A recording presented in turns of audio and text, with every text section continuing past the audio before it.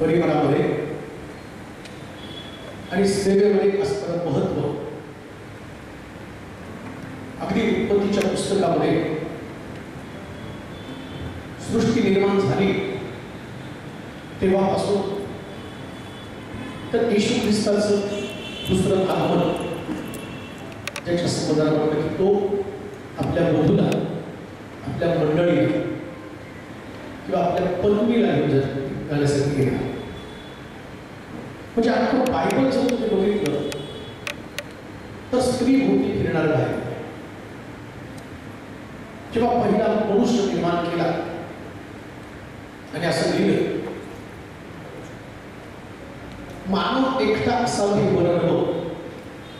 त्याचं एकटेपण घालवण्यासाठी त्यानं अनुरूपशी सहकार्य निर्माण केली. आदामाचा एदेनेतला आनंद स्त्रीच्या द्वारे पूर्ण झाला. बाग पूर्ण झाली, सृष्टीची निर्मिती पूर्ण झाली. परंतु निर्माण केलेल्या सृष्टीमध्ये तो आनंद टिकवून न ठेवण्यासाठी ज्या पद्धतीनं सैतानानं प्रयत्न केले आणि त्याला माहिती होतं की जर स्त्रीचा ताबा घेतला तर निर्मितीला दोष लावला जाईल. आणि ज्या उद्देशानं देवानं आदाम निर्माण करून त्या बागेमध्ये त्याला ठेवलं देवाचा उद्देश असफल करून देवाची निर्मिती उद्ध्वस्त कशी करता येईल याच्यासाठी त्याने प्रयत्न केला. आणि मग त्याला माहिती बागेमध्ये सैतानानं त्या हवेला फुलवलं, फळ दाखवलं, ते फळ खाल्लं, आदामाला दिलं आणि दोघं बागेत बाहेर पडले. म्हणजे सृष्टीच्या निर्मितीपासून. मग आता हा प्रश्न उपस्थित होतो पाप स्त्रीनं जगामध्ये आणलं, स्त्री पहिल्यांदा बोलली गेली. मग शास्त्रामध्ये एक ठिकाणी बोलले की बोल होतो की स्त्री आणि मंडळी नको करत. मग आता आमची धारणा काय, नेमका मी केलं काय पाहिजे, अनेक प्रश्न आमच्या समोर. आणि बऱ्याच स्त्रियांना मंडळीमध्ये सेवा करत असताना काही म्हणतात बाळासाहेब आम्हाला बोध करावी कशा पद्धतीने सेवा करा. परंतु सगळ्या गोष्टी करत असताना स्त्री संबंधानं देवाचा हेतू नेमका काय ते पण समजून गेलं पाहिजे.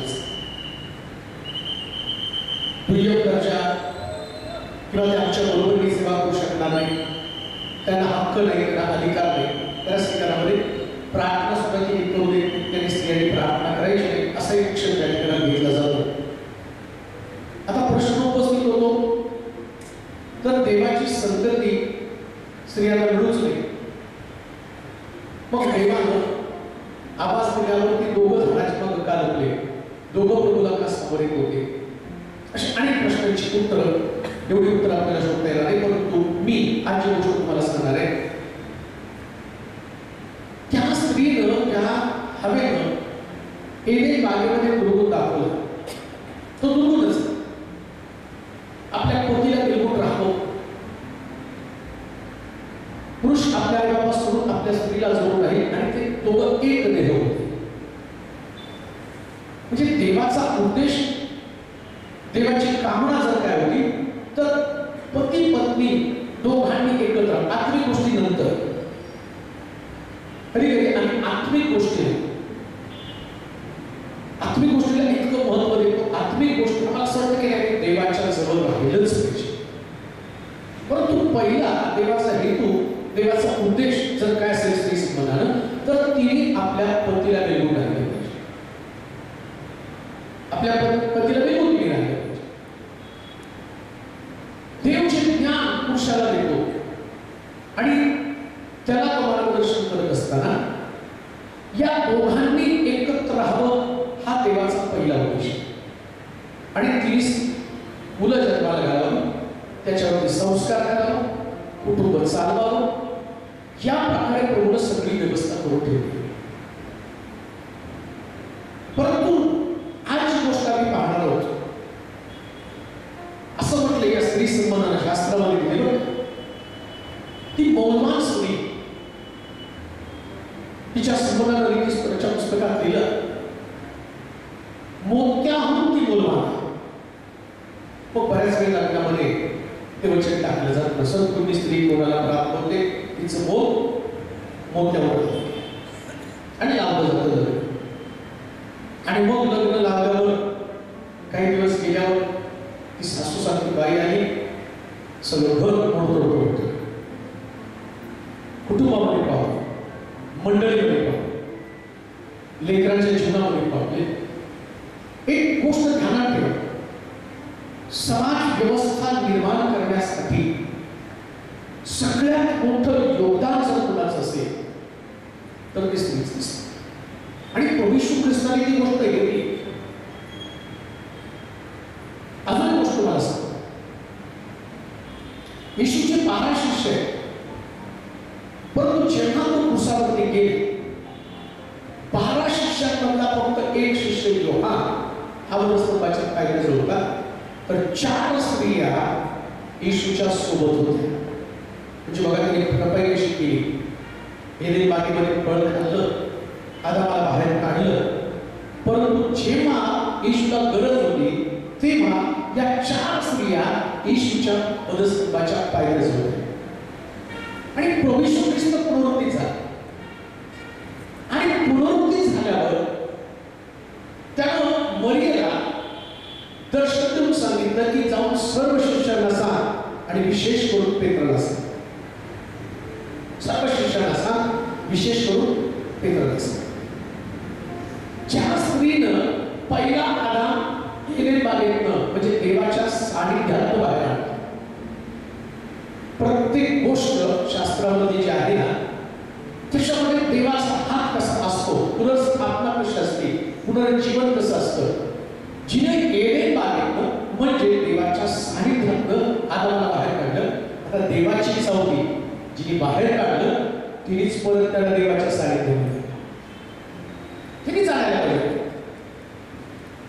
मग प्रभू येशू ख्रिस्तानं त्या मरिया मग्दलिनीला सांगितलं की काम कर, जाऊन सर्व शिष्यांना सांग मी उठले. लक्षात घ्या, पुनरुत्थानामधला जर पहिला भाग, पहिलं दर्शन जर कोणाला असेल तर त्या स्त्रियांना होतं. स्त्रियांना पहिलं दर्शन, आणि त्यांना जर दर्शन मिळालं त्याचं कारण तुम्ही तुम्हाला सांग. येशूचे शिष्य, त्यांना येशूला सांगितलं होतं की मी 3ऱ्या दिवशी पुन्हा उठणार, पण त्यांचा विश्वास नव्हता. आणि त्यांना असं वाटतं की आता येशू गेला, आपलं कामकाज करायचं. पेत्र पण आम्ही पाहतो जाळं घेऊन निघाला, मासे पकडायला निघाला. पण स्त्रियांनी मात्र त्याला सोडलं नाही. काय गोष्ट तुम्हाला सांगतो माहिती का, तुम्ही आत्मिक लोकांना उभं करण्याचं काम फक्त मंडळीमध्ये स्त्रिया करू शकतात. इतकी ताकद तुमच्यावर. सैतानाला आदामाला फळ दिलं नाही, आदामाला दिलं. त्यालाच वाटलं असेल कदाचित मी जर याला फळ दिलं तर हा फळ खाईल आणि बाहेरला दिलं. बघा अजून पण तुम्ही काही गोष्टी तुमच्या लक्षात येते. एखादी गोष्ट पण नवरा घरी घेऊन घरी आला की बाहेर म्हणते तुम्हाला काही कळलं नाही, तुम्ही काही पण घेऊन येऊ. आता बघा, जर त्या दिवशी आदामाच्या हातात फळ दिलं असतं आणि हवेला घेऊन दिलं असतं तर ती गोष्ट तोच राहायला पडलं असतं. तुम्हाला काही कळत नाही, तुम्ही काहीतरी घेऊन आला, तुम्हाला कळत नाही का? देवानं सांगितलं होतं मधल्या झाडाचं फळ खायचं नाही, अक्कल नाही का? घेऊन आला का फळ, तुम्ही खाल्लं, तुम्हीच मारा. त्याला माहिती होतं हे कुणाला खायचं, कुणाला कसं खायला घालायचं. मग या सैतानानं काय केलं, बरोबर स्त्रीच्या हातामध्ये फळ दिलं आणि तिने एवढं भारी नवऱ्याला पटवून सांगितलं त्या फळाचं मत कसं गोड आहे, चवीला किती इष्ट आहे. माझे डोळे उघडले, देव काहीतरी मोठं सांगतो, लबाड आहे ते. मग या सैतानानं स्त्रीच्या हातामध्ये फळ दिलं. दुसरा आदाम प्रभू येशू ख्रिस्त आला आणि लुसिफर समोर एक चॅलेंज निर्माण केले. तिला खूप फसवलं, परंतु आता हिला मी तुझ्या विरुद्ध वापरणार. जे माझे शिष्य मला सोडून निघून गेले, आता या शिष्याला पुन्हा माघारी जाऊ नये, पुन्हा माघारी जाऊ नये. पण नुसतं या शिष्यांमध्ये जे शिष्य येशूचे 11 शिष्य राहिले, त्यातल्या एकाला त्याच्या समोर म्हटलं पेट्रोला विशेष करून जाऊ सांग. मग बाकीच्या शिष्यांना आता येशू त्यांनी 500 लोकांना, येशूचे मूळ शिष्य सुरुवातीला 500 होते, 500 लोकांना त्यांनी दर्शन दिलं. 500 मधनं त्यांनी 70 मधनं 12 आणि 12 मधनं 11 राहिले. मग आता विचार, सगळ्यांना दर्शन दिलं, सगळ्या थोमाचं सुद्धा त्यांनी भेट घेतली, प्रत्येक शिष्याची त्यांनी भेट घेऊ शकले असतात. पण मरीला तो का सांगतो की जाऊन पेट्रोला विशेष सांग? त्याचं कारण मी तुम्हाला सांगतो. जगामध्ये फक्त स्त्री ही अशी गोष्ट आहे तीच समेट करू शकते, बाकी समेट तुम्हाला करता. परिवारामध्ये समेट करण्याचं काम जर कोण करत असेल तर फक्त स्त्री. तिचं हृदय मोठं असतं. म्हणून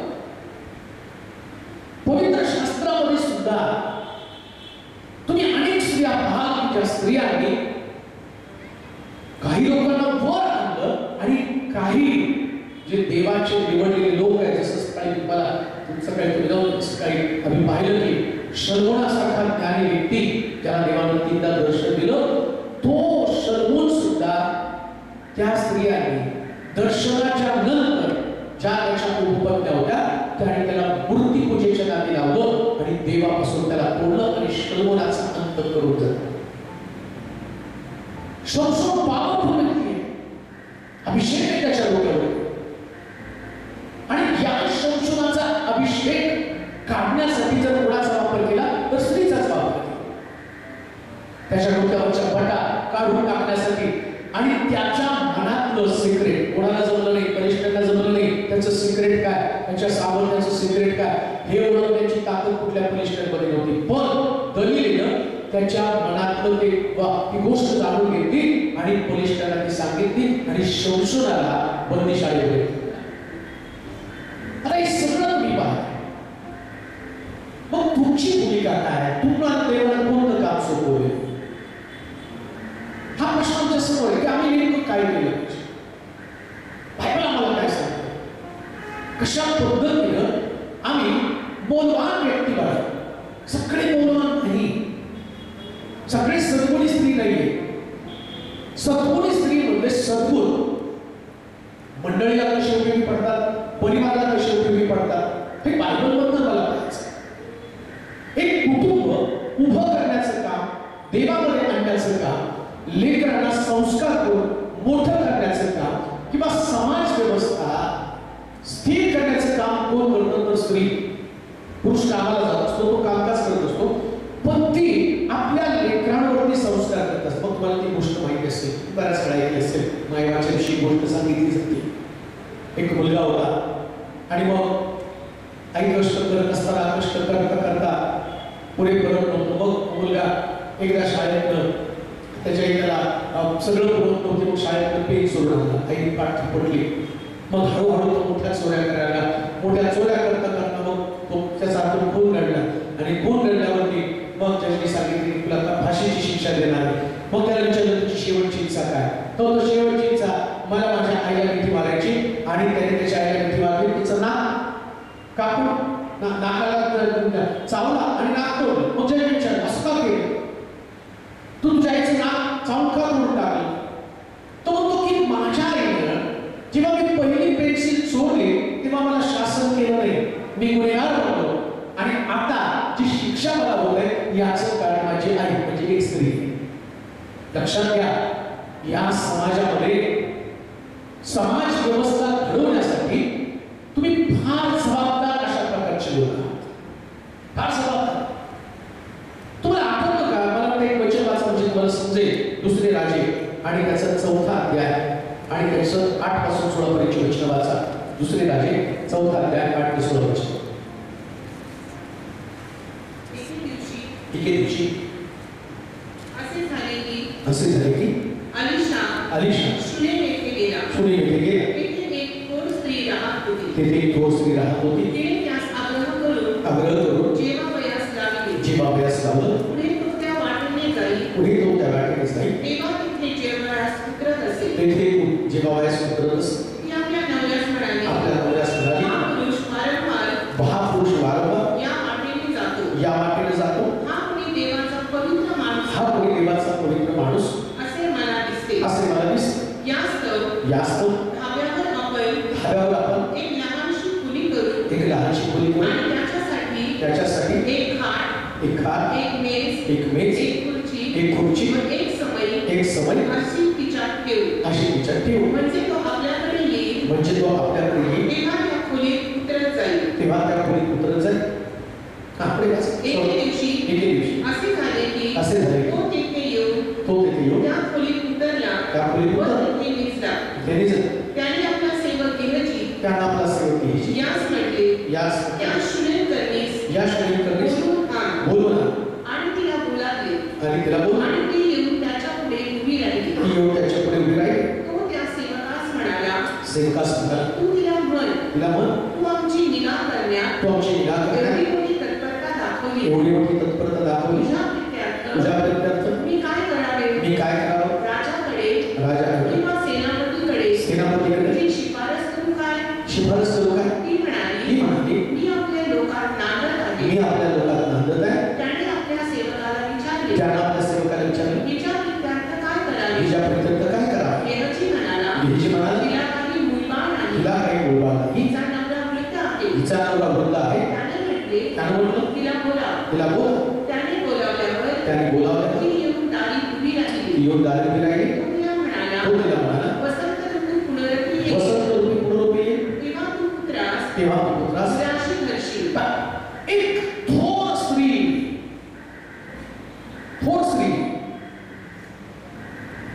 तुम्हाला या मंडळीमध्ये, ज्या परिवारामध्ये जिथं तुम्ही नांदता, शब्द वापरला आणि विचारतो की तुझ्या नवऱ्याची शिफारस मी राजाकडे करू का? तर राजाकडे माझी ओळख आहे. परंतु ज्यावेळेस राजाच्या शिफारसी संबंधानं किंवा तिच्या पतीला नोकरीचा आशीर्वाद देण्या संबंधानं अलिशा विचार करतो आणि विचार करतो. त्यावेळेस ती म्हणते की मी जिथं नांदते, हा शब्द खूप महत्वाचा. जिथं नांदते हे तुमचं नांदणं किंवा ज्या घरात तुम्ही गेला त्या घरासंबंधानं मुळामुळे देवाचा सेवक सुद्धा याच गोष्टीकडे लक्ष देऊन असतो. याच गोष्टीकडे लक्ष देऊन असतो. बऱ्याच वेळा मी सेवा करताना काही सिस्टर लोकांचं ऐकत असतो, कारण साहेब केलं, तुमच्यासारखी सेवा करत फिरले असते तर खूप छान झाले असते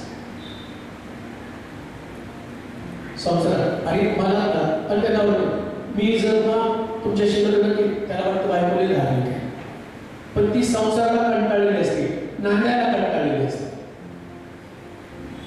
परंतु शास्त्र काय सांगतं?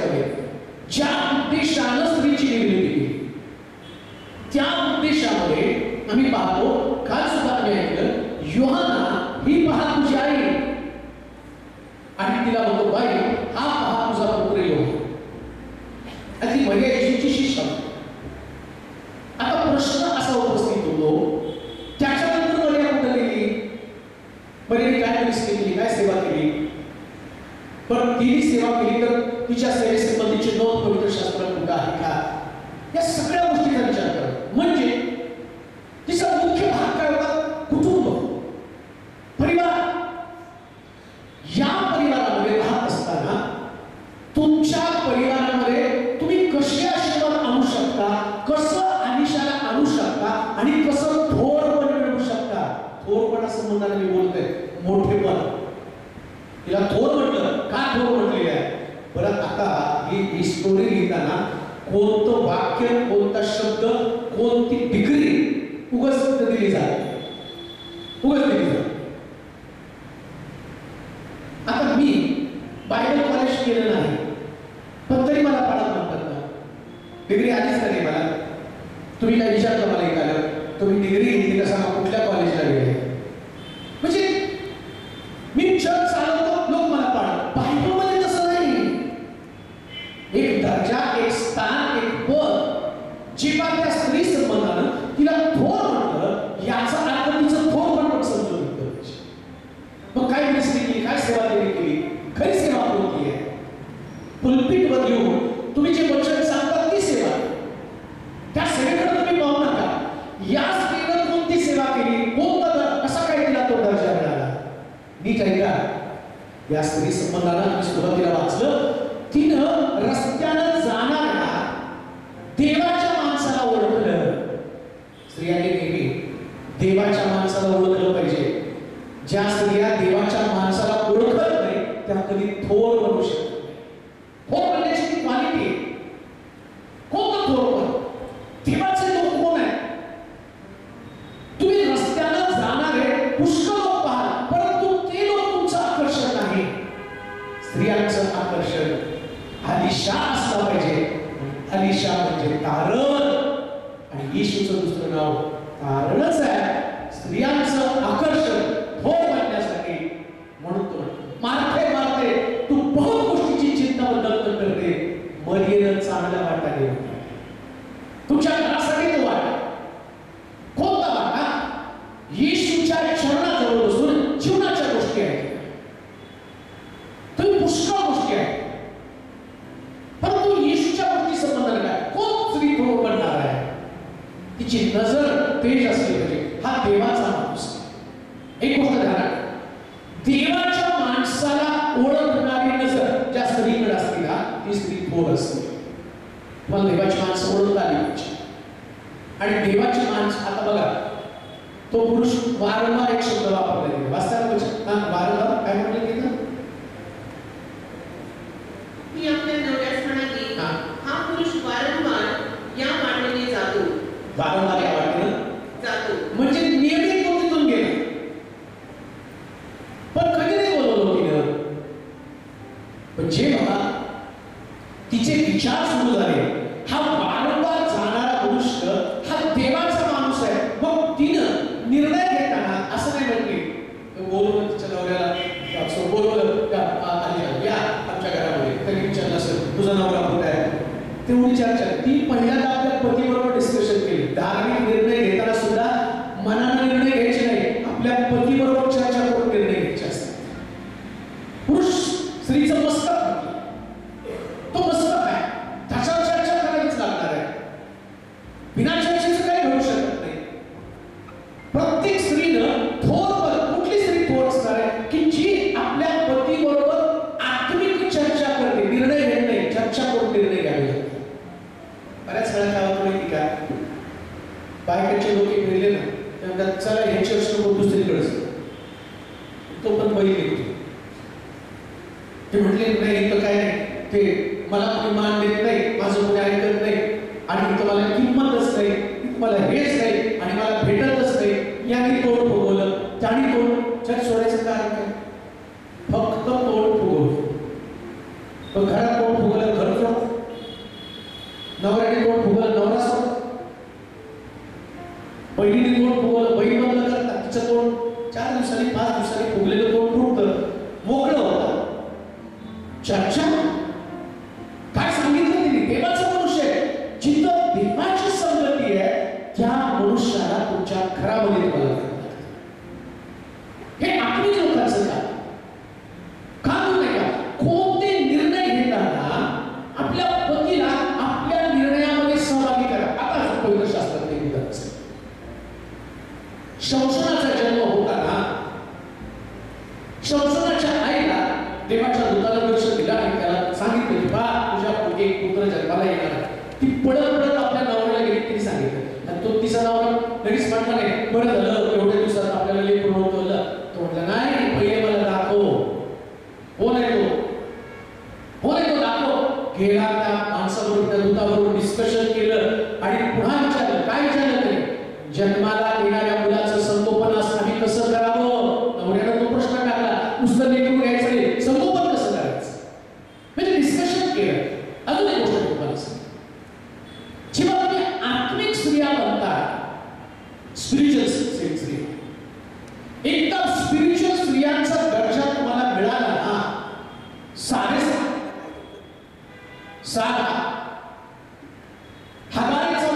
इश्माईल जी सारेची चूक आहे, ही सारेची चूक असताना सुद्धा जेव्हा इश्माईल आणि इसाक एकत्र खेळायला लागले तेव्हा सारा म्हणती हे दोघं एकत्र राहायला नको आणि त्यांचा बाप परमेश्वरापर्यंत गेला. त्यास परमेश्वर काय सांगतो माहिती का? सारा म्हणती की ऐक, का तर दर्जा सुद्धा आलेला आहे. एक स्पिरिच्युअल स्त्री, थोर स्त्री बनलेली. थोर स्त्री कशी काय बनली? कसं काय थोर बनली ती? चूक तर तिने केली. कोणती चूक केली? जन्माला इश्माईल तिनेच घातला, पण चूक दुरुस्त केली. काय? आता इश्माईल आणि इसाक एकत्र नको. म्हणजे आत्मिक अर्थ काय? इश्माईल म्हणजे दैहिकता आणि इसाक म्हणजे आत्मिकता. तुमच्या परिवारामध्ये दैहिकता आणि आत्मिकता एकत्र कधी राहतात? कसं असतं बघा. संडे स्कूल आल्यावर खूप सुंदर गाणी गातात, संडे स्कूलची गाणी गातात, वचन बोलायला लागतात. मग पाहुणे बाहेरचे पाळत आलेल्यानंतर भाषाला म्हणून दाखव वचन, संडे स्कूलचं गाणं म्हणून दाखव, संडे स्कूलचं. आणि दुसरे पाहुणे आले की मन सिनेमाचं पण ते गाणं हे गाणं म्हणते इश्माईल बोल आणि इसाक दोघं एकत्र. मग तुम्ही कुठले आले? थोर पण मिळवण्यासाठी इश्माईल गेला पाहिजे, दरिद्र गेली पाहिजे ना. जेव्हा दरिद्रासाठी ती स्त्री थोर बनते. परमेश्वर मार्गदर्शन काय करतो तुम्हाला? दोघं एकत्र कधी राहू शकत नाही. म्हणून गीताच्या पत्रामध्ये सांगितलं आत्म्याच्या प्रेरणेने चाला, म्हणजे तुम्ही देह वासना पूर्ण करता. तिथं देहाची वासना आहे, तिथं पवित्र आत्मा असावा. म्हणून लक्षात घ्या, थोर पण असं मिळत नाही. आम्हाला ते नेत्र आवश्यक आहे ज्या नेत्रामध्ये देवाचा मनुष्य प्रभू येशू ख्रिस्त आलिशा आमच्या नजरेला पडला पाहिजे. बरं, आता तिने काय केलं? आपल्या पतीबरोबर डिस्कशन. आणि नवऱ्या लक्षात घ्या, तुम्ही सगळ्या गोष्टीमध्ये फोर्स करा. बऱ्याच स्त्रिया आता मी पाळत आहे, जवळजवळ 28-29 वर्ष सेवा करतो. त्याच्यामध्ये एक बाळाला मला काम काय माहिती भाईसाहेब यांच्यासाठी प्रार्थना करा, त्यांना चर्चला यायला आवडत. म्हणजे ते दाखवताना काय, माझं नाव नाही धार्मिक, मी धार्मिक आहे, मी फार उपास करते, फार प्रार्थना करते. मी एक गोष्ट मला विचारायची, माहेरच्या लग्नाला जात नाही त्याची इच्छा नसताना त्याला फरफटत घेऊन कुणाचं तरी असतं काय. फक्त चर्चला घेतलं ना तुम्ही नाही होते माझं ऐकत नाही तर घेऊन जात ना ओढत. देवाच्या बाबतीमध्ये तुम्ही कुठले आले? थोर स्त्री ती जसा यहोशुआ म्हणतो मी आणि माझं घर परमेश्वराची सेवा करेल, स्त्री सुद्धा सांगते काही झालं तरी चालेल, पण माझ्या घराण्याला घेऊन मी देवाच्या सेवेमध्ये. हे तुमचं जीवन असलं पाहिजे. आलिशा तुमच्या घरात यायलाच पाहिजे. पण नुसतं आलिशा तुमच्या घरामध्ये म्हटलं की आलिशाला नाही याला पाळत, काही लोक याला पाळायचं आहे घरामध्ये असतात मोजके म्हणून कसं पाळत तर बसेल का घरामध्ये? मोजके सगळे तिथे ठेवलेले असते. मी ज्या मंडळीचा पाळत आहे तिथं एक ब्रदर घेऊन पाळत साहेब बरं झालं तर 3 महिन्यानंतर आमच्या घरात येतात. त्या निमित्तानं आमचं घर साफ होत जातं. म्हणजे आमची बायको घर स्वच्छ करते, का तर पास्टर येणार येऊन सगळं घर साफसूफ करून ठेवते. मग मी पण थोड्या बसतो तिथं, मग त्यांच्याबरोबर जेवतो, सगळं करतो. आता सगळं स्वच्छ करतो. आता या स्त्रीनं आलिशा आपल्या घरात त्याला पहिल्यांदा बोलवलं. आता ती काय म्हणते माहिती का? कायम आपल्या घरामध्ये कोण आहे का पाहिजे. आलिशा प्रतिकात्मक इश्यू आहे. आलिशा प्रतिकात्मक इश्यू आहे. कसं काय? जेव्हा आलिशा मेला त्याला कबरेमध्ये ठेवलं आणि कबरेमध्ये आलिशाच्या अस्थी शिल्लक राहिल्या. आणि एक मनुष्य मेल्यावर त्याला कबरेमध्ये ठेवलं तर आलिशाच्या अस्थीला त्याच्या अस्थी लागल्या आणि तो मेलेला मनुष्य जिवंत झाला. आता येशू ख्रिस्ताचं म्हणणार का? काय आम्ही ऐकलं? प्रभू येशू ख्रिस्त त्याला कबरेमध्ये पुरलं आणि येशूच्या अस्थी त्या कबरेतल्या व्यक्तीला लागल्या आणि मेलेले जिवंत झाले. म्हणजे ती प्रतिकात्मक आलिशा एक प्रतिकात्मक आहे. आता हा प्रतिकात्मक आलिशा म्हणजे जी स्त्री आपल्या घरामध्ये येशूला आणण्याचा आग्रह करते ती थोर स्त्री आहे. तुमच्या घरात तो आग्रह असला पाहिजे. कित्येक परिवारामध्ये सगळं आहे पण येशू नसल्या कारणानं घराची वाताहत झालेली, कुटुंबाची दैनव झाली, तुमची लेकरं देश घडीला लागली, पतीमध्ये शांती नाही, पगारामध्ये पुरवठा नाही,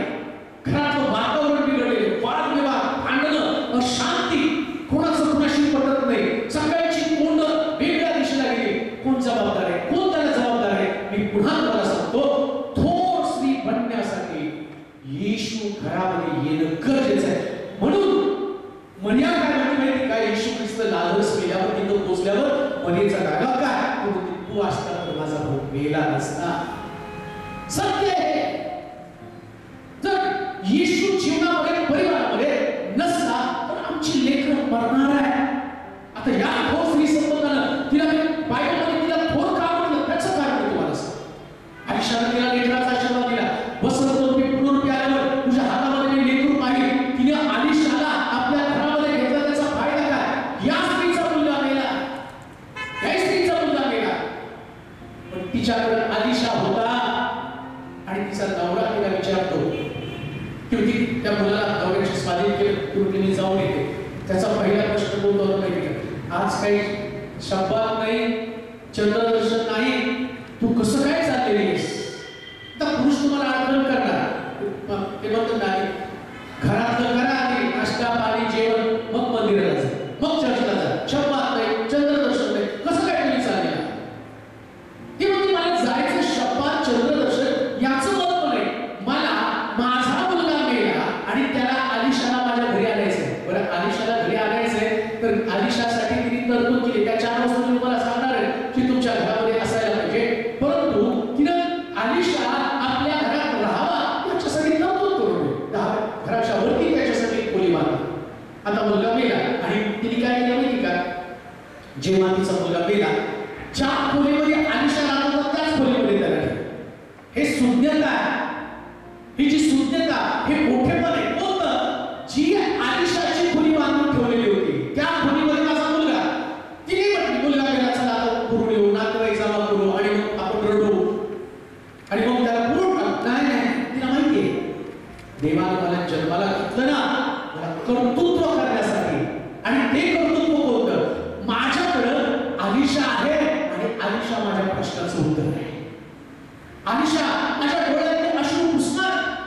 आलिशा माझ्या ज्या आलिशानं मला अभिवचन दिलं, तुझं घर नातं करणार, आता त्या आलिशासमोर जाणार. आणि तिसरी तिकडं लवकर लवकर त्या खडगावरती बसून निघाली, टेकडी चढली आणि तेवढ्यामध्ये आलिशाला पाहिलं. अरे बघ ती माझी आली. आलिशानं ओळखलं, लांबून ओळखलं. लक्षात ठेवा, देवाच्या नजरेमध्ये धार्मिक स्त्रिया लगेच येतात. हो, तुम्हाला काय वाटतं? तुम्ही धार्मिक जीवन जगता म्हणजे देवाची नजर तुमच्याकडे नाही का?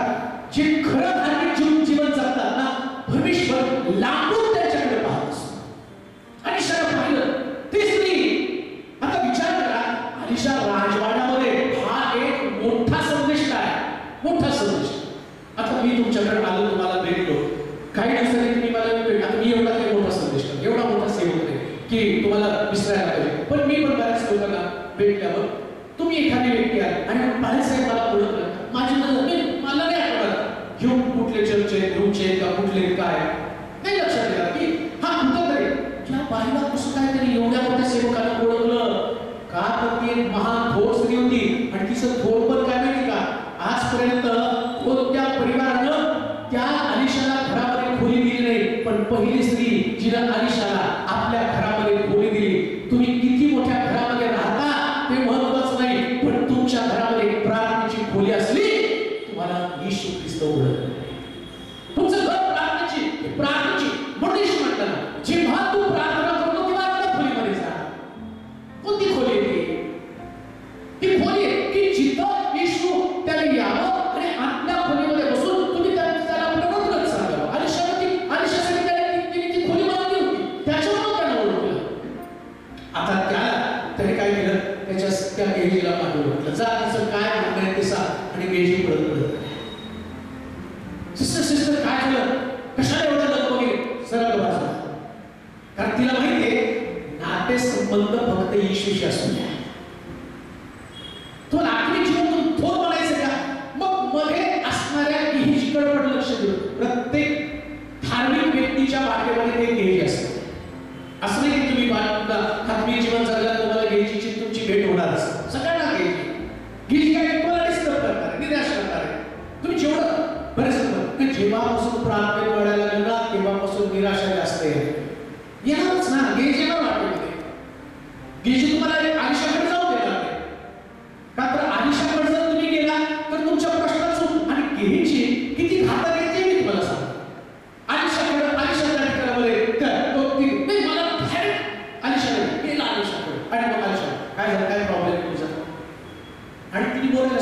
मी काय तुम्हाला मुलगा मागितला होता? तुम्ही मला मुलगा दिला आणि तो आता मरून पडला, तो मेला मुलगा. मग आता हिची परीक्षा, ठीक आहे तुझा मुलगा जिवंत करण्यासाठी मी गेजीला पाठवतो. मग गेजी हिच्या बरोबर जा. ती काय म्हणते माहिती का, तुमच्या माझ्या जीविताची शपथ मी गेजीला मुळीच देणार नाही, तुम्हीच माझ्या बरोबर आहे. म्हणजे हा आग्रह आम्ही कधीतरी टेम्पररी अरेंजमेंट करतो. चला गेजी तर गेजी, आला रोग बरा झाला, मुलगा जिवंत झाला, मेला तर मेला, राहिला तर गेला, तुझ्या इच्छेप्रमाणे. ते नाही, तरी आग्रह नको तुझा. आणि त्याला त्या गेजीला काहीतरी काठी दिली, गेजी गेला आणि ओपन लगबगीने गेला. गेजी तशीच असते, ते गडबड करतात जातात आणि गेला त्या खोलीमध्ये आणि मुलाच्या अंगावर तिकडून काठी फिरवायला लागला आणि मुलगा जिवंत व्हायला तयार नाही. आणि येऊन त्या आयुष्यात महाराज मुलगा जिवंत व्हायला तयार नाही. मग ती म्हणते याच्यासाठी तर मला तू नको होता, मला आलिशाच पाहिजे होता. लक्षात ठेवा, या पृथ्वी तलावर आत्मिक जीवन जगताना तुमच्या समोर गेहेजी असेल, पण गेहेजीकडे लक्ष देऊ नका. तुमचं लक्ष फक्त तुमच्या येशूकडे असू, तो तुमच्या प्रश्नाचं उत्तर. आता आलिशा आला आणि तुझा गेला वरच्या खोलीवर. काय होतं वरच्या खोलीमध्ये त्याला एवढा आक्रोश?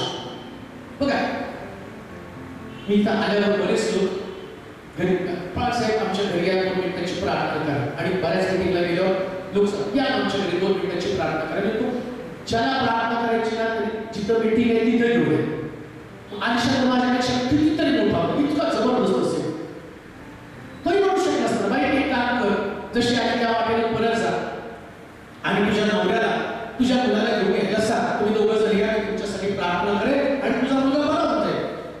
आलिशाच्या मनामध्ये त्या स्त्री संबंधानं, तिच्या प्रश्नासंबंधानं एवढी कशी कळत होती, कशी काय एवढी मोठी झाली होती ती, की त्या आलिशाला त्याचं ठिकाण डोंगर सोडून त्या बाईकडं तिच्या घरापर्यंत जाण्यासाठी कशी काय एवढी मोठी झाली. कोणतं थोर तिच्याकडे होतं, कोणतं आकर्षण होतं आलिशाला, की त्याला त्याची जागा, त्याचं ठिकाण सोडून त्या स्त्रीच्या घरी जावं लागलं. कोणतं थोर पण होतं. त्याच्यासाठी पुन्हा ते वचन वाचूया आपण. दुसरे राजे 4 अध्याय 8 ते 16 वचन. एके दिवशी 8 ते 16 एके दिवशी असे झाले की अलिशा शुनेम येथे गेला. एक थोर स्त्री राहत होती. तिने त्यास आग्रह करून जेवावयास लावले. पुढे तो त्या वाटेने जाईल. तिथे जेवावयास उतरत असे. काय केलं त्याने? आग्रह करून जेवायला. पण जेवण हा शब्द जो आहे तो फार मोठा शब्दाचा स्वीकार केलेला आहे. तुम्ही बघा, एलिया सुद्धा एका विधवेच्या घरी गेला. तेव्हा त्याला सांगितलं, कावळा बंद केला आणि त्याला सांगितलं की जा त्या स्त्रीच्या घरामध्ये जा, विधवेच्या घरामध्ये जा, सारखं त्या ठिकाणी विधवा त्या विधवेच्या घरामध्ये तुझी प्रोव्हिजन, तुझी तरतूद करून ठेवली. आता माझ्यासारखा सेवक मी विधवा म्हटलं मी काय विचार केला, गव्हर्नमेंटमध्ये असेल, रिटायर झालेली असेल, मोठी पोस्ट असेल आणि तिच्याकडे भरपूर पैसा असेल, ज्या देव बोलतो ना मी तुझी तरतूद प्रोव्हिजन तिच्या घरामध्ये केले. माझ्या डोक्यात तशी कर, आलिशाच्या एलियाच्या डोक्यात तशीच कल्पना. आणि जातो त्या स्त्रीकडे पाहतो तर काय, ती स्त्री 2 काट्या जमा करून घरामध्ये जात असते. आलिशा एलिया तिथे जातो आणि म्हणतो बाई मला थोडंसं प्यालावर पाणी. ते ठीक आहे, जाऊन प्यालावर पाणी घेऊन येते. थांबा म्हणते स्वामी महाराज जाऊन पाणी लगेच नाही. कोरवर भाकर शिजवून मला आलिशाला तिने जेवायला घातलं. एलिया एलियाच्या घरामध्ये गेला तर ती स्त्री विधवा काय म्हणते महाराज गाड्यामध्ये थोडंसं पीठ आहे, माझ्यासाठी माझ्या मुलासाठी एक भाकर मी भाजणार, ती मी खाणार, माझा मुलगा खाणार आणि मरून जाणार. तेव्हा एलियाला काय म्हणतो माहिती का, तसं करू नकोस, आधी भाकर मला भाज मग तुझ्या मुलाला भाज. आता विचार, एकच भाकरीचं पीठ आहे, याला भाजल्या मुलाला कशी काय भाज? पण थोर पण याच्यासाठीच आहे ना.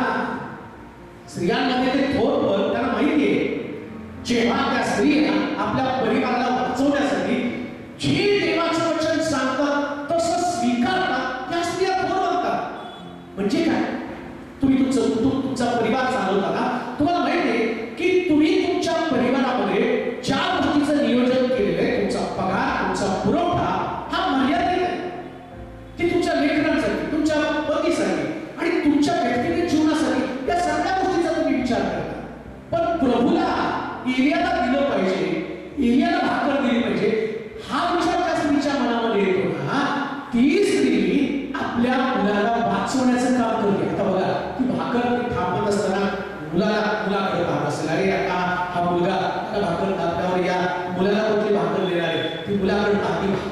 ती भाकर खाते. मुलगा तिच्याकडे पाहतो आणि त्याला वाटतं की दुष्काळामध्ये माझ्या आईची शेवटची भाकर ती मला देणार आहे. पण जेव्हा ती भाकर खाताना त्याला सांगते, बाळा ती भाकर तुझी नाही, आज इथं देवाचा सेवक एलिया आपल्या घरामध्ये आलेला आहे, पहिल्यांदा त्याने भाकर मागितलेली आहे, ती भाकर त्याला देऊ, तेव्हा आपल्याला भाकर देणार आहे. तो मुलगा ती भाकर पाहताना तो काय करतो माहिती का, मग मी राहू दे, जर देवाचा सेवक देवाचा मनुष्य आपल्या घरामध्ये आला त्याला तू भाकर दे. तिने काय केलं, भाकर घेतली, एलियाला दिली, एलियाने खाल्लं आणि खाल्ल्यावर तिला प्रश्न केला, बाई तुझी काठवट घेऊन ये, तुझं तेलाचं भांडं घेऊन ये, कोणी पण घेऊन ये. महाराज काठवटीमध्ये कोपऱ्यात कुठं तरी मीठ आहे, राहू दे, तू मला भाकर दिली, तू मला जेवण दिलं, तू थोर बनणार आहे, कोणतं तुझं थोर पण, आता मी तुझ्या काठवटीला आशीर्वाद देतो, तुझ्या भांड्याला आशीर्वाद देतो. 3.5 वर्ष तिच्या काठवटीतलं पीठ संपलं नाही, तिच्या भांड्यातलं थोर तेल संपलं नाही. लक्षात ठेवा, शुने या ठिकाणी थोर स्त्री आहे, का प्रमाणाने मानतो, विसाखो या ठिकाणी थोर स्त्री आहे. आज मी म्हणतो या नगरमध्ये एक थोर स्त्री आहे आणि प्रभू तिच्यामधली ती क्वालिटी पाहतो की ती क्वालिटी तुम्हाला थोर बनवते. कोणती क्वालिटी? जेव्हा देवाच्या बाबतीमध्ये तुम्ही निर्णय घेता ना, तेव्हा कुटुंबापेक्षा, तुमच्या व्यक्तिगत जीवनापेक्षा देवाच्या आज्ञेलाच महत्त्व दिलं पाहिजे. हे तुमचं थोडंसं आवाज वाढवा. हे थोर स्त्रीचं लक्षण. म्हणून थोर स्त्रीच्या बाबतीमध्ये विचार करताना तुम्ही तुमचे व्यक्तिगत विचार बाजूला ठेवता. त्या स्त्रीने पण काय केलं, आलिशा वारंवार वाटेने जातो, त्याला जेवायला घातलं. ऐका बरं का, मला घालू नका, नाही तर तुम्हाला बोलवा बाळासाहेब आमच्या घरी. एक सांगतो तुम्हाला, तेव्हाच असते शास्त्रामध्ये असं लिहिलं, कोणी माझ्या दासाला प्यालाभर पाणी दिलं तर आपल्या प्रतिफळास मुकणार. मग विचार करा, प्यालाभर पाणी दिलं तर प्रतिफळास मुकणार नाही, आयुष्याला तो वारंवार ती जेवण देत होती, किती मोठं प्रतिफळ असेल.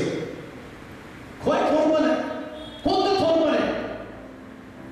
प्रभू येशू ख्रिस्त जेव्हा शिष्याला सांगितलं, दोघा रुपयाला जावा, वाटेसाठी जोडला घेऊ नका, भाकरी घेऊ नका, कवा कशामध्ये पैसे घेऊ नका, ज्या घरात तुम्ही जा त्या घरामध्ये तुम्ही राहा कुठपर्यंत, जोपर्यंत मी तुम्हाला सांगतो तुम्ही सेवा करता तोपर्यंत.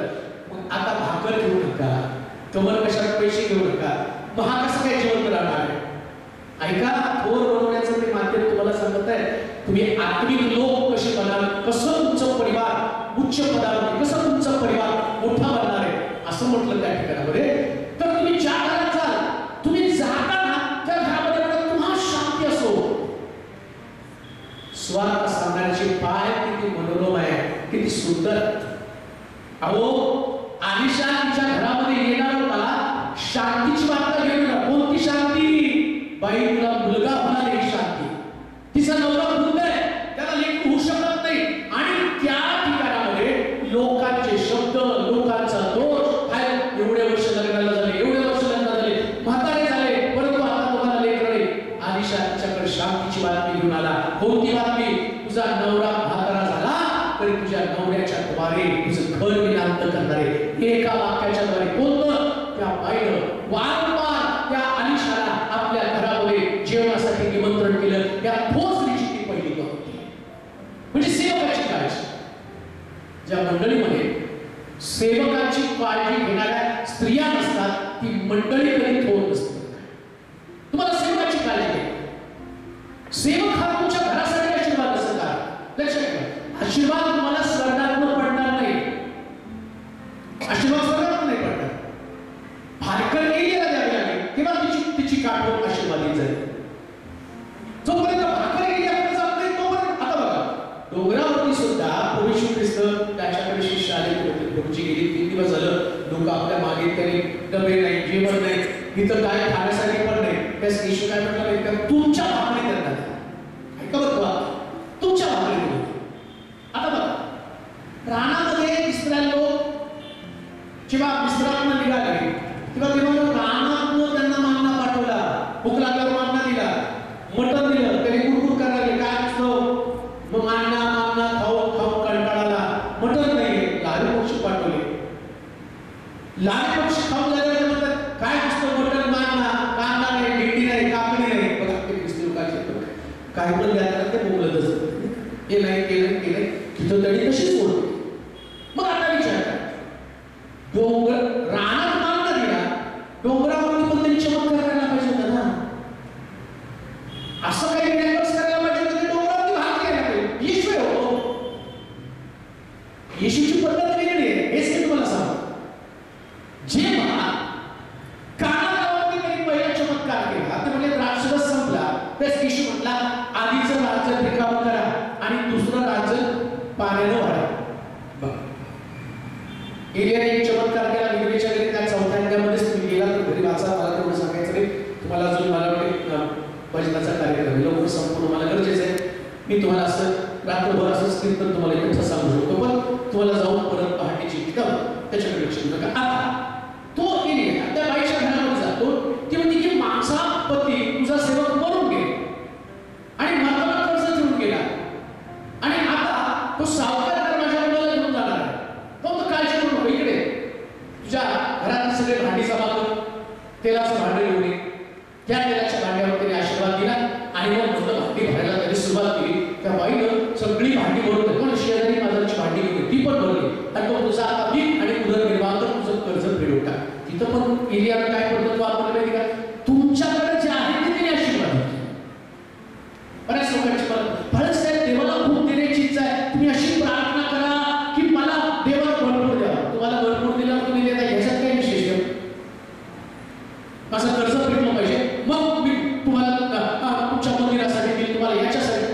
तो मिराकल नाही तुमच्याकडचं आहे ते आणून दिलं. मग देरी केलं की एका मुलानं ऐकली असेल चर्चा अरे येशू म्हटलं ना भाकरी द्या भाकरी द्या भाकरी द्या. शिष्य म्हणले आमच्याकडे भाकरी नाही. तू तिकडे माझ्याकडे भाकरी आहे. किती भाकरी 5 भाकरी 2 मासे. म्हटलं घेऊन या. येशूने त्या 5 भाकरी 2 मासे घेतले आणि मला आशीर्वाद दिले. विचार करा छोट्या मुलाचं नाव येशूच्या बरोबर डोंगरावरती आलं. एक छोटा मुलगा अरे नगरच्या स्त्रियांनो थोर बना असं नाव जेव्हा नगरचा विचार करतील ना त्या स्त्रीतली एक बहीण त्या नगरमधली एक बहीण अशी बहीण असली पाहिजे की बायबल सांगतं की थोर बनावं जसं तो मुलगा थोर बनला. शास्त्र सांगतं ही येशूची पद्धत आहे. डोंगरावरती त्यांना अचानक काय घडलं अचानक काही घडणार नाही. एका व्यक्तीने मला फोन केला मला बाळासाहेब 1 कोटीची लॉटरी काढली प्रार्थना करा. 1 कोटीचं जर लॉटरी मला लागली तर 10 लाख तुम्हाला देणार आहे. अरे तू कष्ट करून आणून दे ना 10 लाख. त्याला लॉटरी लागल्यावर म्हणजे देवाने तुला 1 कोटी द्यायचे मग तू त्यात तू काहीच न करता देवाने तुला 1 कोटी द्यायचे. बरं दुसरी गोष्ट माझ्या प्रार्थनेत तुला लॉटरी लागायला पाहिजे मी 10 लाख फोडून घेऊन बसलो असतो म्हणलं असतो देवा माझी लागू दे मला 10 कोटी मिळू दे.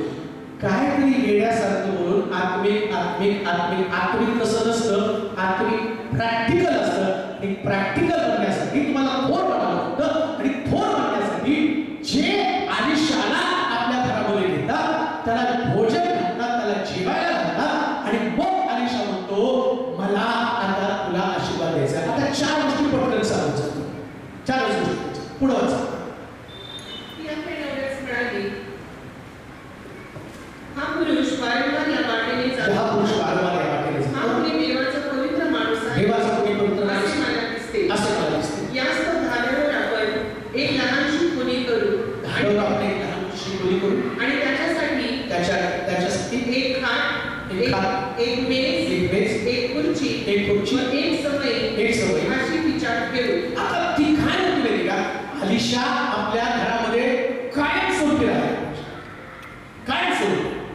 आमचा प्रॉब्लेम काय माहिती का आमच्याकडे येशू येतो नाताळाला नवीन वर्षात तो जातो परत गुड फ्रायडे येतो त्याला पुसावरती देतो ईस्टरला पुनरुत्थित होतो पुन्हा 25 तारखेला आम्ही येतो म्हणतो येशू ये माझ्या हृदयात जन्म घे. दरवर्षी जन्म घे दरवर्षी पुसावरती दरवर्षी पुनरुत्थान म्हणजे तो टेम्पररी आमच्यामध्ये आहे. काय कसं राहणार आहे काय राहण्यासाठी 4 गोष्टी आवश्यक आहे. पहिली गोष्ट कोणती पहिली काय का आयुष्य तुमच्या घरात राहण्यासाठी परत खाटीची गरज आहे. कशाला लागते का विसावा. रात्रीच्या वेळेस तुम्हाला विसावा लागतो कधी कधी तुमच्या घरामध्ये तुमच्या नवऱ्याला विसावा नसतो. तो नवरा किंवा घरातले लोक म्हणतात या घरामध्ये मला पाऊस सुद्धा टाकू वाटत नाही. एक वचन वाचा म्हणजे मला ते समजेल. नीती सुधारणाचं पुस्तक 21 अध्याय 9 वचन पटकन वाचा. नीती 21:9. काय ठोस की कोण बनती, कोणती क्वालिटी मनुष्याला किंवा ख्रिस्ताला आमच्या घरामध्ये वास करू देत नाही. नीती सूत्राचं पुस्तक त्याचा 21 अध्याय आणि त्याचं 9 वचन. भांडखोर बायकोबरोबर प्रशस्त घरात राहण्यापेक्षा ताब्याच्या एका कोपऱ्यात बसणे पुरवले. काय मोठं घर आहे आणि बायको भांडखोर. बायको म्हणजे स्त्री. आता तुम्ही म्हणता आलिशानं आमच्या घरामध्ये झोपायला पाहिजे म्हणजे काय बाहेर गेलं पाहिजे हो? भांडखोर करा. वाद करणारा पुरुष तो घराच्या कोपऱ्यामध्ये बसतो. येशू कसं काय तुमच्या पलंगावर बसेल? त्याला विसावा पाहिजे ना, त्याला शांती पाहिजे. जेव्हा तुमच्यामध्ये शांती असते तेव्हा येशू तुमच्यामध्ये विसाव्यासाठी पलंग आहे. म्हणून कुटुंबामध्ये स्त्रीनं काही केलं तरी वाद करता कामा नये. मग तुम्ही म्हणता पाळत साहेब मी तोड बंद ठेवलं तर त्यांचं तोडली सुटली. तुमचं सुटू द्या, त्यांचं सुटू द्या आणि येशू बाहेर सुटू द्या. चालतं नाही हो. बरं शांती तरी किती करायची हो? आणि एका सिस्टम सांगितलं तू येशूला सुद्धा राग आला तरी असं घेतलं बाई तू पण भांडे घे ठीक आहे. आणि मग संध्याकाळी झोपताना प्रार्थना कौटुंबिक प्रार्थना. अहो एवढं खंडन करून सुद्धा कौटुंबिक प्रार्थना सोडत नाही. एवढं स्ट्रॉंग आहे आपल्या पहिले एवढ्या स्ट्रॉंग आहे. आणि ते काल म्हणजे धरून तू बसत नाही का प्रार्थनेला तर मग आता तरी शांत हो. कसं राहील येशू घरामध्ये, कसं प्रभू वास करेल घरामध्ये. म्हणून मी सूत्राच्या पुस्तकामध्ये म्हटलं भांडखोर स्त्रीमध्ये प्रशस्त घरात राहण्यापेक्षा कुठं तरी कोपरा जिथं नजर तिची पडत नाही त्या कोपऱ्यामध्ये जाऊन बसतो. का तर तिचं भांडण आणि तोफात मला घरामध्ये नको. म्हणून मी तुम्हाला सांगतो येशू त्या घरामध्ये आमच्या घरामध्ये वाद नाही. आम्ही म्हणत वाद नाही पाहिजे. काय झालं तरी वाद नको. वादानं मनुष्य घरात राहणे येशू कसा घरामध्ये शांती पाहिजे. त्याच्यासाठी पलंगाची गरज आहे. आता हा पलंग त्या पलंगावरती काय करणार आहे? धन्य तो पुरुष जो दुर्जनांच्या बसलं तरी चालत नाही, पापी जनांच्या मार्गात पाऊल घालत नाही, तर हरवणीच्या बैठकीत बसत नाही. अजून काय करतो तो? अहोरात्र काय करतो? 20व्या वचनामध्ये आहे. 20व्या वचनामध्ये ज्या घरामध्ये विसाव्यासाठी देवाचं वचन आहे तिथं प्रवेश दिसतात. तो तिथं आलेश थोर कसं म्हणणार आहे? तुम्हाला विसाव्यासाठी देवाचं वचन. काही लोक टाइमपाससाठी वाढतात, तर मग ते म्हणून वाढतात. वेळ झाला काहीतरी विषय काढायचा. 1857 तुम्ही तेव्हा बोलला त्याला झालं मी तुला माफी मागितली सॉरी म्हणून असं तुमचं भांडण. आणि तुम्ही म्हणता येशू घरामध्ये राहिला नाही. पहिली गोष्टच काय म्हणतो खाट म्हणजे विसावा देवाच्या वचनामध्ये. त्याच्यात मला खूप स्पष्टीकरण द्यायचंय परंतु वेळेच्या अभावामध्ये देत नाही. परंतु मी असं म्हटलं खाट आणि खाट म्हणजे विसावा 5 मिनिटामध्ये संपवतो. दुसरी गोष्ट काय म्हटलंय? मेस. मेस म्हणजे नेमकं काय? अलिशा तुमच्या घरामध्ये आल्यावर कायम राहण्यासाठी तुम्हाला मेजाची गरज आहे. काय मेजाचा अर्थ आहे? काय स्पिरिच्युअल मिनिंग आहे की तुमच्या घरामध्ये मेज आवश्यक आहे. मेज म्हणजे देवाची संगती सहवास किंवा ज्याला प्रमोशन म्हणतो. त्या प्रमोशनचा नियम काय? तो जेव्हा तू मेजाकडे येताल तेव्हा एकमेकांना आपापसात क्षमा करा. मेज म्हणजे समेट. ज्या घरामध्ये समेट नाही त्या घरामध्ये कधी सुद्धा प्रभू राहू शकत नाही. प्रत्येक परिवारानं एकमेकाबरोबर समेट केला पाहिजे. मला ही पसंत नाही, ही व्यक्ती मला आवडत नाही, ही व्यक्ती माझ्या घरातच नको आहे, ही व्यक्ती माझ्या जीवनामध्ये नको आहे. तुमची मान आहे. काही तुम्हाला नापसंत आहे तरी तुम्ही मेजाकडे येता. समेट नाही तर तुम्ही थोर मारू शकत नाही. पण मी सुरुवातीलाच तुम्हाला सांगितलं मरियेला त्यानं सांगितलं पेत्राला जर विशेष करून सांग मी उठलो का. मरियेला माहिती आहे, येशूला माहिती आहे त्या सगळ्या ज्या की पेत्राने शिव्या दिल्या आणि शास्त्रात नोंद झाली याच आमच्याकडं कुठंतरी एका कानात कोपऱ्यात कुठंतरी घडलं जातं तुम्ही घरी पोहोचण्याच्या अगोदर बातमी तुमच्या घरात पोहोचली असते, कुठंतरी कोण काहीतरी करून आली असते, त्याच्या आधी बातमी कसं काय एवढं असतं. मग पेत्राने येशूला शिव्या दिल्या, ती बातमी किती वेगाने पसरली. येशूला शिव्या दिल्या, येशूला शिव्या दिल्या, येशूला शिव्या दिल्या, सगळीकडे चर्चा चर्चा, चांगल्याची चर्चा होत नाही, वाईटाची सगळं बातमी. आता येशूने काय केली, या चर्चेला पूर्ण विराम म्हणून त्यानं सांगितलं, पेत्रानं मला शिव्या दिल्या, माझा प्रश्न आहे, तुम्ही सबमिट करा. आणि पेत्राला जो विषय सांगायला उठलोय, त्या पेत्राकडे जाताना त्या मरियेच्या मनामध्ये एक भावना होती, सगळ्याला विसरला पेत्राला विशेष सांगितलं, कारण पेत्र विशेष आहे. आणि मग तिने तो सबमिट केला आणि सगळे शिष्य एकत्र आले. लक्षात ठेवा, तेव्हा पवित्र आत्मा आला. सबमिट झाल्याशिवाय पवित्र आत्मा येणार नाही, सबमिट झाल्याशिवाय तुम्ही थोर बनू शकणार नाही. म्हणून बहिणींनो, मला तुम्हाला सांगणं आहे, परिवारामध्ये राहताना, मंडळीमध्ये राहताना तुमच्याकडं ती सवय म्हणजे समेटाचं अंतःकरण असलं पाहिजे. जर समेटाचं अंतःकरण नसेल तर तुम्ही कधी थोर बनणार नाही. आणखी काही गोष्टी, त्या दोन गोष्टी आहेत, परंतु वेळेच्या अभावाने संपवतो. पण जाता जाता मला सांगतो, थोर पण असं मिळत नाही, ते देवामध्ये टिकून राहिल्यानं प्राप्त होतं. माझी इच्छा आहे, स्त्रियांनी अनेक थोर पण केलं आणि शास्त्रामध्ये जागा मिळवली. नगरच्या माझ्या प्रिय बहिणींनो, असं थोर पण करा की जेव्हा महाराष्ट्रामध्ये त्या मंडळीची चर्चा होईल, तेव्हा सगळ्यात जास्त थोर स्त्रिया याच मंडळीमध्ये सापडतात. ते आपल्याला आशीर्वाद करतो. पण प्रार्थना, हे सर्वशक्तिमान देवा, मनापासून तुझी स्तुती करतो, तुझ्या पवित्र नामाला महिमा देतो. प्रिय बहिणींबद्दल तुझं गौरव करतो प्रभूजी. आजचा दिवस आमच्यासाठी खरंच वेगळा दिवस आहे. काहीतरी तुझ्याकडे शिका, तुझ्यापासून मार्गदर्शन, तुझं वचन सत्य, आमच्या पावला करता देवा, आमच्या मार्गावरती प्रकाश. आज या प्रियबहिणीबद्दल मी तुला धन्यवाद देतो. आणि माझी प्रार्थना असेल, ज्या मंडळीमध्ये, ज्या परिवारामध्ये, ज्या मुली आहेत, थोरपणाची क्वालिटी त्यांच्यामध्ये, ते समाज घडवणार, ते कुटुंब घडवणार, लेकरं घडवणार, देशासाठी आणि प्रभूची मंडळीसाठी ते शांतीचं प्रतीक असतं. अशी एक पेत्र आहेत, ज्याने येशूला नाकारलं, ज्याने येशूला शिव्या दिल्या, परंतु या मंडळीनं त्या थोर स्त्रिया, त्या थोर भगिनी तयार कर, की जे पेत्राला म्हणून तिला सांगते, प्रभू उठले काय, प्रभू उठले. पुनरुत्थानाची घोषणा करणाऱ्या थोर स्त्रिया या मंडळीनं तयार. अलिशाला ओळखणार, अलिशाला आपल्या घरामध्ये जागा देणार, त्याचं मन सांभाळणार, त्यानं कायमस्वरूपी वास करा, याच्यासाठी मेहनत घेणाऱ्या पहिली तू बरं प्रभूची. आज रात्री प्रत्येकाच्या हृदयाशी बोल आणि घरी गेल्यानंतर कसा अलिशा माझ्या सोबत माझ्या परिवाराबरोबर राहील याचा विचार करण्यासाठी तुझी कृपा करो. धन्यवाद देतो, तुझी स्तुती करतो, तुला गौरव, तुला महिमा दे.